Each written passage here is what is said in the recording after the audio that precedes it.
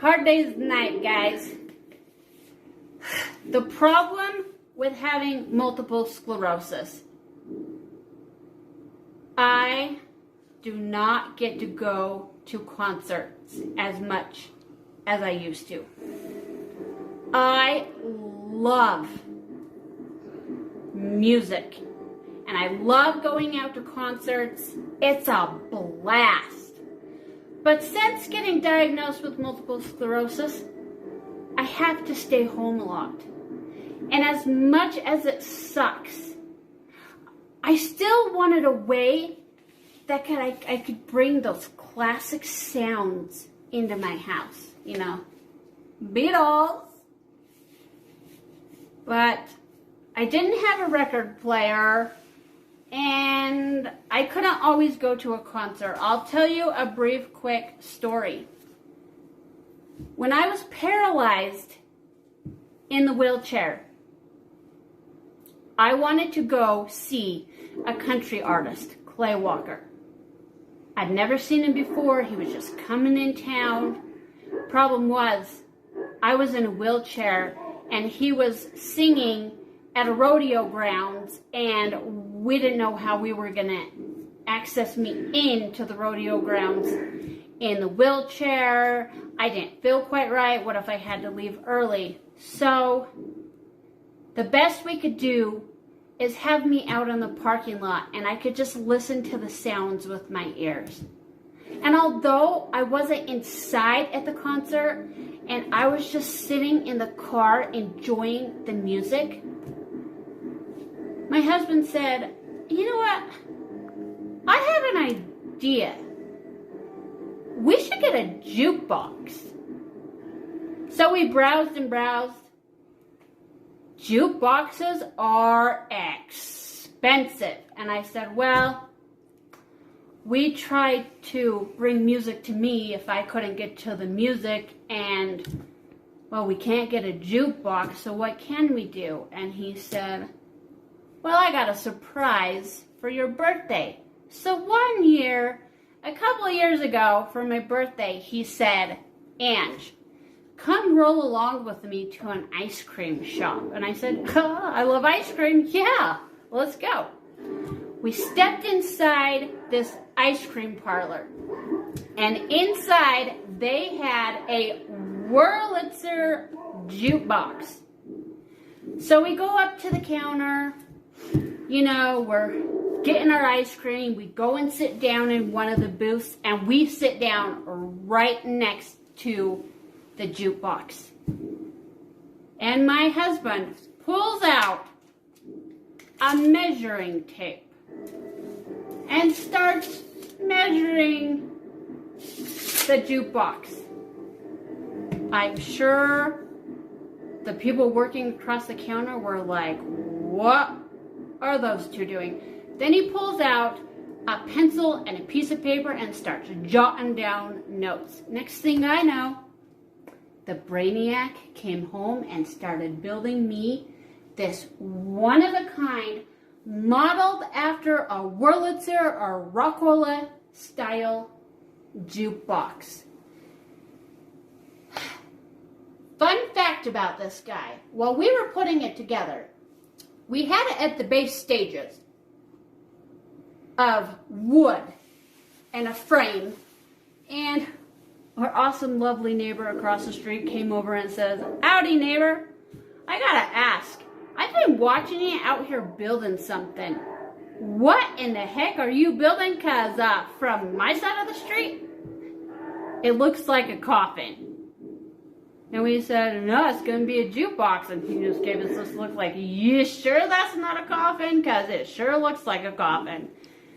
So as we're building this one-of-a-kind jukebox, we're going to give you a little synopsis in how this took place. All right, we'll start right here at the bottom.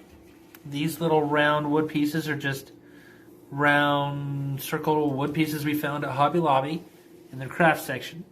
Then we've got molding, like baseboard molding, some more of that. These are some more molding pieces. We got here a little jelly bean that we have Because it's a jelly bean jukebox, yeah! And we cut out this wood right here to make this. This is the actual grill for the speakers. There's speakers behind that. And that is the fabric for actual speakers, so speaker fabric. Fun fact, we designed it so it would have that classic Wurlitzer sound. Yeah, I did. And then we got some old lighting here. So we got these old images here of like an old Mel's drive-in, which is like indicative of the 50s, because I actually love the 50s. If any of you know what type of classic car that is right there, post in the comments below. I know what car that is. Do you know? I have no clue. Yes, you do. And then we got this. This is going to be interesting. This is actually a touch screen from a... Basically, it's like the same screen that they use at grocery stores to touch and put in the grocery information. It's basically like a little computer monitor. It's a touch screen. We got it basically from a guy that had it from a grocery store. Pretty crazy. So we have that. We've uploaded a whole bunch of music to it, so you can just kind of just go through the files. And it has like the screen covers and everything that you can set up the music like this. It's a little program that's called Music Center, and you can find it all on the internet. Bought it a couple years ago. Pretty great program. Then we put this little thing. This is a little brick wall with a little jelly bean. It says Jelly Beans Jukebox. Got a little plexiglass right here. Also on this, you see the little lights going. We installed LED strip. It's called Smart LEDs. You can get it off of eBay for a pretty good price. We set it up with a remote control, so you can actually change the patterns and change the colors. Ooh, I like that one. Ah, that's not bad.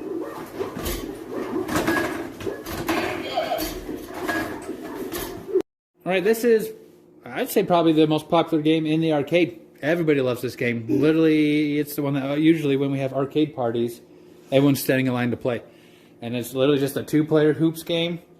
We've got a good amount of balls that we've used for it, and you can set up different settings.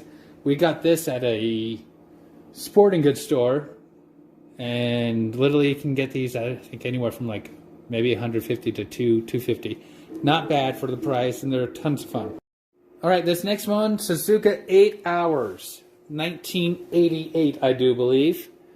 And this thing found out a Facebook Classifieds, I do believe. And we bought it, it was about an hour drive from us. We had the guy help us load it because it is a beast. You got the two bikes and the main unit. I think that main unit's about 500 pounds. The bikes are easily 200 a piece. And a little great story. See that little window well right over there? I decided to try to unload one of these bikes down that window well by myself. And as I was putting it in the window well, I jumped down in. It fell in on me and trapped my arm against the window well. And pretty much like the movie 127 Hours, I was there for a while, stuck. Kind of contemplated cutting my arm off, but I didn't have a knife. So we just waited, and finally family showed up and helped me get out. Could have died in my own window well. You can do that corner and hit the tires if you want, or the crowd.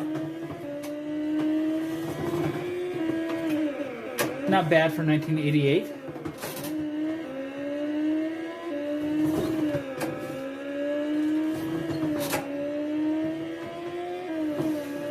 This is a real stoplight, guys. It is a real legit stoplight. We bought it off of a guy from a classifieds page, and he said, you ain't gonna get this thing to work. It's just for decoration. So if you want it, I'll give it to you for like 20 bucks. 20 bucks, guys, and we got a real freaking stoplight. Fun fact, it had graffiti all over the sides of it. And the guy behind the camera scrubbed and scrubbed, and I helped scrub. That was way before I had MS. We didn't even know what we were going to do with the stoplight because we lived in a one-bedroom apartment. But guess what, guys? We stuffed it under our bed and saved it. And now we have awesomeness. We got it to work. Huh? Yeah. Take that. Stoplight. All right, here's one we actually built for ourselves. As you can see, Beans Multicade. We had a fellow arcade guy who's amazing at this. He made that graphic for us, added our name on it. Awesome. Pretty awesome. We just happened to be able to pick up a Mortal Kombat 2 cabinet. Thing is awesome. Heck yeah. Always loved the side art on Mortal Kombat. And so we've built this cabinet. Got the this little thing. This is called an X Arcade controller. 2-player, multiple buttons. We had this little graphics. All these graphics right here were done by the same guy that did the marquee for us. We just kind of figured out what we wanted to put on there, and he made it happen.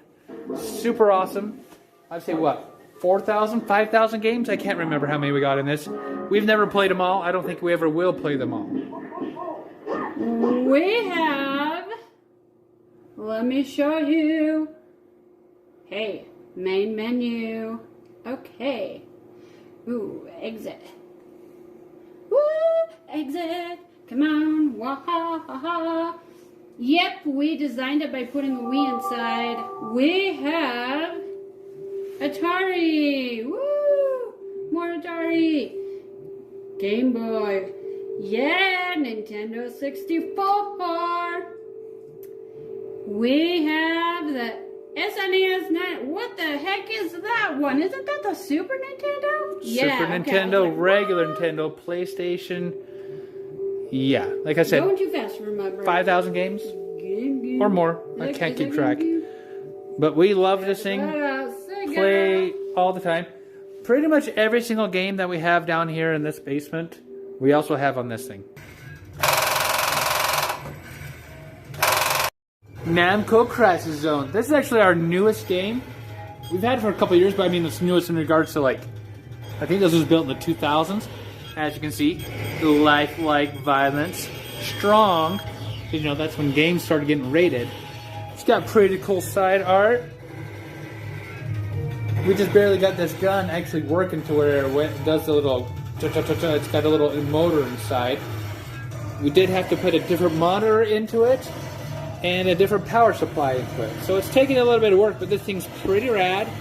Another classified find. And again, just building it up from a broken piece. Alright, we're going to show off this chalkboard wall. This is actually paint. When we built this basement, or finished the basement I should say, crazy, kind of dumb of us, but 90% of these games are already down here. And so when we put carpet in, we put drywall in and painted this place, we did it with the arcade games in here. So we had to move them all over the place. It added some pain, but I wasn't going to haul them out. So with this chalkboard wall, it's super easy to clean. We added this little score table for the basketball game because that's like the super competitive game. We've got black light chalk, and we've got all sorts of different types of chalk. This right here, this actually controls our lights. This is arcade buttons that turn on the lights in the basement. Super easy. I think we bought that off a line for like $15, $20. Super awesome. Alright, here's one. Kind of sits back at this little nook underneath the stairs. We've had this for a while, and I have literally worked on this thing 100 times. It's called Operation Thunderbolt.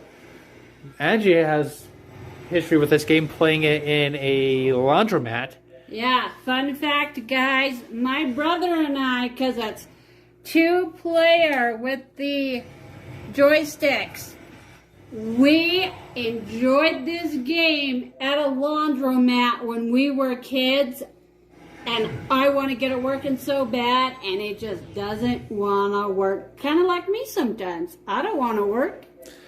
Yeah, I guess it's like a modder issue. I've sent the modder off to a couple people Like to have my them work on it. brain. I have multiple sclerosis, and sometimes my brain's like that, and it freaks out and doesn't want to upload. Huh. So you're saying the game has MS? Oh, it must, because Maybe that's it. doesn't Maybe wanna that's the work. reason.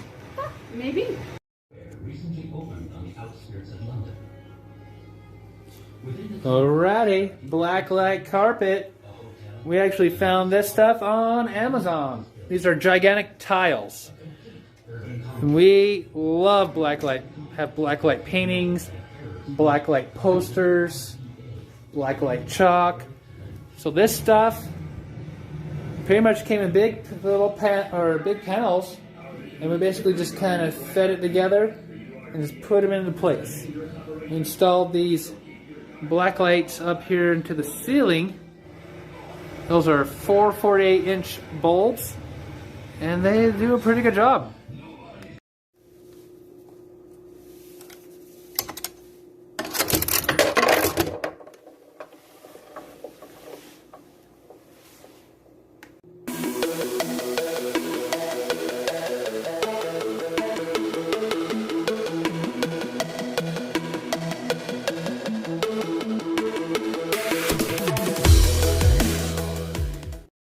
Alright, this game is called Spectrum Fireball. I think this came out in like 2001, 2002. Nobody's heard of this game. Super rare. Hard, if you ever do see it, they're pretty much not being used anymore. We got this from a local fun center. It wasn't keeping score, and they couldn't figure out how to fix it so it would keep score, so they sold it to us for $20. I brought it home, kind of did a little testing on it, trying to figure it out, and lo and behold, it was a bad switch. Basically, a bad button wasn't keeping score. So we replaced that switch. Works like a champ. It's been a great game, really fun. Take 9 balls, or basically this little size of a ball, put them on into here. And if you put the ball in like this, it will go on either my side or the other side of the other person that's playing. It comes over to my side, and I have this little arm. See, I hit it pretty soft. And it goes over there on their side. It should go through the hole on their side. It got stuck. But it didn't. Woohoo! Hilariously, when they sold us this game for $20, they didn't empty out the cash box. So when I got this and opened up the cash box, full of tokens. So, Which, it's a good thing they did, or you couldn't play this game without tokens to put in the coin slot. and that's gonna do it for part 2. Stay tuned for part 3 where we show off the theater. Thanks for watching.